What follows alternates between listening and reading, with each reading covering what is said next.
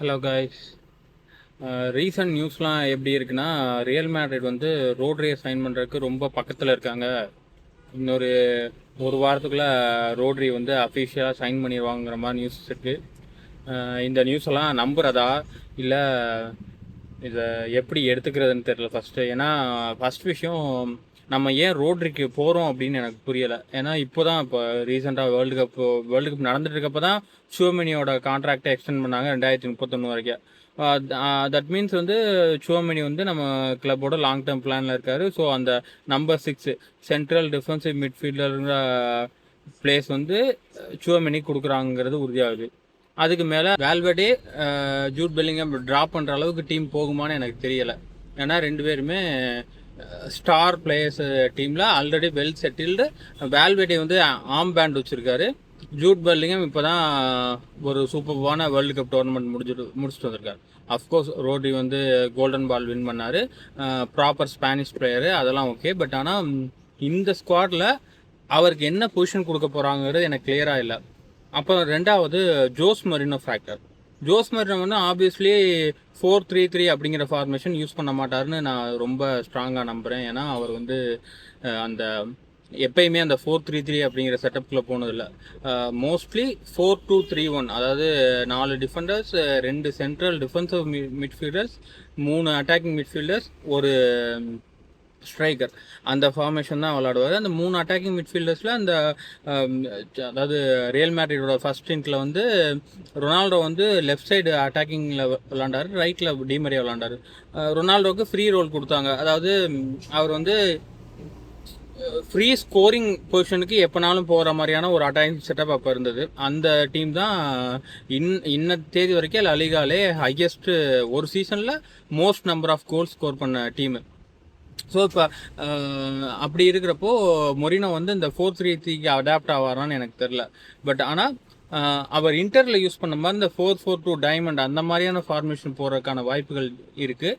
ஏன்னா நமக்கு இப்போது எம்பாப்பே, வினி ரெண்டு பேருமே சிமிலரான லெஃப்ட் விங் பிளேயர்ஸ். அவங்க ரெண்டு பேரையுமே ஸ்ட்ரைக்கராக கன்வெர்ட் பண்ண முடியலை. ஏன்னா வினியை ஆப்வியஸாக கன்வெர்ட் பண்ண முடியாதுன்னு தெரியும். எம்பாப்பேவை ட்ரை பண்ணோம். பட் ஆனால் அது ஒர்க் அவுட் ஆனாலுமே எம்பாப்பேயோட ஃபுல் பொட்டன்ஷியலோ அவரோட ஃபுல் கேப்பபிலிட்டியோ அந்த பொசிஷனில் வரல. அவர் லெஃப்டில் விளாட்ற மாதிரியான எஃபெக்ட் வந்து அவருக்கு வந்து ஸ்ட்ரைக்கராக விளாட்றப்ப கிடைக்கல. ஸோ அவரை வந்து லெஃப்ட்டுக்கு மாற்றுவாங்களா இல்லை என்ன, அந்த டபுள் ஸ்ட்ரைக்கர் ஃபார்மேஷன் ஆடி 2 பேரையும் ஸ்ட்ரைக்கராக போட்டு ஏதாவது புது செட்டப் ட்ரை பண்ணுவாங்களான்னு தெரியலை. எம்பாப்பே, வினியை வச்சு இந்த டபுள் ஸ்ட்ரைக்கர் ஃபார்மேஷனுங்கிறது வந்து புதுசு கிடையாது. ஆல்ரெடி கார்லோ அன்செலாட்டி வந்து ட்ரை பண்ண ஒரு ஃபார்மேஷன் தான். பட் ஆனால் அவர் வந்து அது பர்மனெண்ட்டாக ட்ரை பண்ணல. ஒரு டாக்டிக்கல் எட்ஜுக்காக சில நாக் அவுட் கேம்ஸில் மட்டும்தான் அதை யூஸ் பண்ணார்.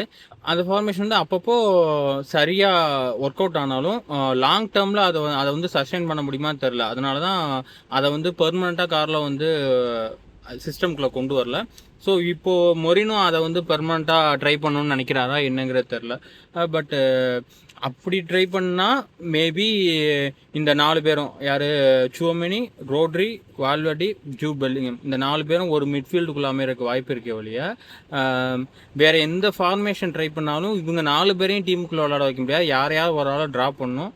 இந்த 4 பேரில் யாரை பெஞ்ச் பண்ணாலுமே அது வந்து ட்ரெஸ்ஸிங் ரூமில் எந்த மாதிரியான கான்சிக்வன்ஸை கொடுக்கும்னு நம்ம இப்போ கெஸ் பண்ணவே முடியாது. ப்ளஸ் மொரினோவுக்கும் ட்ரெஸ்ஸிங் ரூம் டிசிப்ளினுக்கும் ஒரு எப்படி சொல்கிறது, மெல்லிச கோடு தான். அப்படியே அந்த ட்ரெஸ்ஸிங் ரூம் நல்ல டிசிப்ளினாக மெயின்டைன் ஆகிட்டு இருக்க மாதிரி தெரியும். என்னைக்கு வெடிக்கும் தெரியாது, டம்முன்னு வெடிக்கும். அது அவரோட கெரியர் பூரா அது நடந்துகிட்ருக்க விஷயந்தான். ஸோ இதை எப்படி மேனேஜ் பண்ணுவாங்கன்னு தெரில. ரோட்ரியை சைன் பண்ணால்.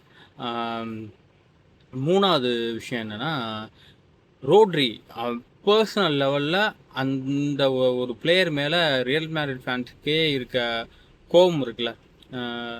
ஏன்னா இந்த வினிஷியஸ்ட இருந்து பலூன் டியோர் அவருக்கு கொடுக்கப்பட்டது அந்த ஒரு விஷயம் மட்டும் இல்லை, அதை கூட ஈஸியாக கடந்து போயிட முடியும். ஏன்னா நம்ம பலூன் டியோர் டிபேட் வந்து நம்ம பார்க்காத விஷயம் கிடையாது. ஏன்னா ரொனால்டோவும் மெஸ்ஸியும் 15 வருஷமாக பலூன் டியோருக்காக மாற்றி சண்டை போட்டுருக்காங்க. ஏகப்பட்ட டிபேட்ஸு, சோஷியல் மீடியா வார்ஸ்னு டிபேட்லாம் கிடையாது, பார் பயங்கர சண்டை போட்ட காலம்லாம் உண்டு. இன்றைக்கும் அந்த டிபேட் அந்த சண்டை போயிட்டுருக்கு. பட் அந்த அளவுக்கு பெருசாக இல்லை, அவ்வளோதானே ஒழிய. பட் அந்த வார் என்றைக்குமே இருக்குங்கிற லெவலில் தான் இன்னமும் இருக்குது.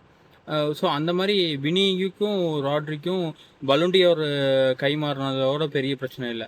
அந்த விஷயத்த ராட்ரி எப்படி பர்சனலாக எடுத்துக்கிட்டாரு, ரியல் மேட்ரிட் ஃபேன்ஸு, ரியல் மேட்ரிங்கிற அந்த ஒரு இன்ஸ்டிடியூஷனை எந்த அளவுக்கு மட்டம் தட்டி பப்ளிக்கில் பேசினார், அவரோட செயல்பாடுகள்லாம் இருந்துச்சு அப்படிங்கிறத ஒரு விஷயம் இருக்குல்ல. அதை வந்து எப்படி ரியல் மேட்ரிட் போர்டு வந்து கன்சிடரே பண்ணாமல் அவர் ஒரு ஸ்பானியார்ட் அப்படிங்கிற ஒரே ஒரு காரணத்துக்காக அவர் வந்து அவர் செஞ்ச எல்லா தப்பையும் மன்னிச்சு ஏற்றுக்கிறாங்களா அப்படிங்கிறது வந்து புரியலை. அது ரொம்ப தப்புன்னு நினைக்கிறேன். ஏன்னா வினிஷியஸை டார்கெட் பண்ணுறது வேறு, ரியல் மேட்ரிட்ங்கிற ஒரு இன்ஸ்டிடியூஷனை டார்கெட் பண்ணுறது வேறு. இப்போது உங்கள் பார்சலோனா சைட்லேருந்து பிகே, ஜோடி ஆல்பா, செர்ஜியோ புஸ்கட்ஸ் இந்த மாதிரி அந்த அந்த ரைவல்ரியை நெக்ஸ்ட்டு ஸ்டேஜுக்கு எடுத்துகிட்டு போய் எல்லா விஷயத்தையுமே ரியல் மேட்ரிட் கூட லிங்க் பண்ணி ரியல் மேட்ரிட்டை எப்பயுமே மட்டம் தட்டுறதுக்கு ரெடியாக இருக்கிற பிளேயர்ஸில் ராட்ரியும் ஒரு ஆள். இது நாள் வரைக்கும் அப்படி இருக்க ஒரு பிளேயரை இவ்வளவு இம்பார்ட்டன்ஸ் கொடுத்து அவரை சைன் பண்ணணுமா அப்படிங்கிறது ரொம்ப பெரிய கேள்வி. என்னை பொறுத்த வரைக்கும் அது வந்து அவசியமே இல்லை. ஏன்னா ஆல்ரெடி ஒரு நல்ல மிட்ஃபீல்ட் டெப்த் இருக்குது. சோமனி இருக்கார், ஜூட் பெல்லிங்கம் இருக்கார், வால்வெடே இருக்கார். 3 men மிட்ஃபீல்டு போதும். பேக்கப்புக்கு ஆர்டா கூலர், கெமவிங்கா, பிட்டாச்சு, இந்த 3 பேர் இருக்காங்க. இது பத்தாததுக்கு நம்ம இன்னும் செபலாஸ் வெளில போகிறான்னு தெரிஞ்சிருக்கு. பட் இவர் பிரஹீம் டியாஸ் இந்த மாதிரி பிளேயர்ஸோட ஃப்யூச்சர்லாம் என்ன ஆக போகுதுன்னு தெரியலை. அப்படியே இருந்தாலும் வேறு பேக்கப் ஆப்ஷன்ஸ் சைன் பண்ணுறதுக்கு ஏன்னா வேணும். நமக்கு தேவை இப்போ 3 பேர் ஸ்டார் பிளேயர்ஸ் இருக்கப்போ நமக்கு தேவை பேக்கப் பிளேயர்ஸ் தான். எதுக்கு இன்னொரு ஸ்டார் பிளேயருக்கு போகணும் அப்படிங்கிற ஒரு கேள்வி இருக்குல்ல. அதுக்கு போர்டு என்ன பதில் சொல்லுது, போர்டு என்ன பண்ண போகுதுன்னு தெரியல. பட் என்னோட பர்சனல் சாய்ஸ்ன்னா ரோட்ரியை சைன் பண்ணக்கூடாதுன்னு தான். நான் அதை தான் வேண்டிக்கவும் செய்வேன். அந்த அளவுக்கு எனக்கு வந்து இந்த ரோட்ரி சைனிங் வந்து பர்சனலாக ஃபீல் ஆகுது. ஏன்னா ரோட்ரியை எக்காரணம் கொண்டும் இந்த கிளப் வந்து சைன் பண்ணிடக்கூடாதுன்னு நான் நினைப்பேன். பார்ப்போம் கிளப் என்ன டிசைட் பண்ணுறாங்கன்னு.